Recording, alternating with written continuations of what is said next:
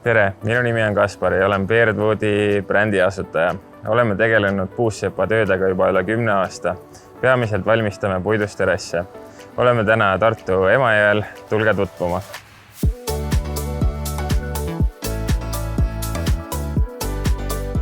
Tartu promenaadil kasutasime Lehise terrassilauda. Lehise terrassilaud on looduslikult oluliselt vastupidavam, ei vaja lisa keemilisi töötlusi ning on väga esteetilise välimusega.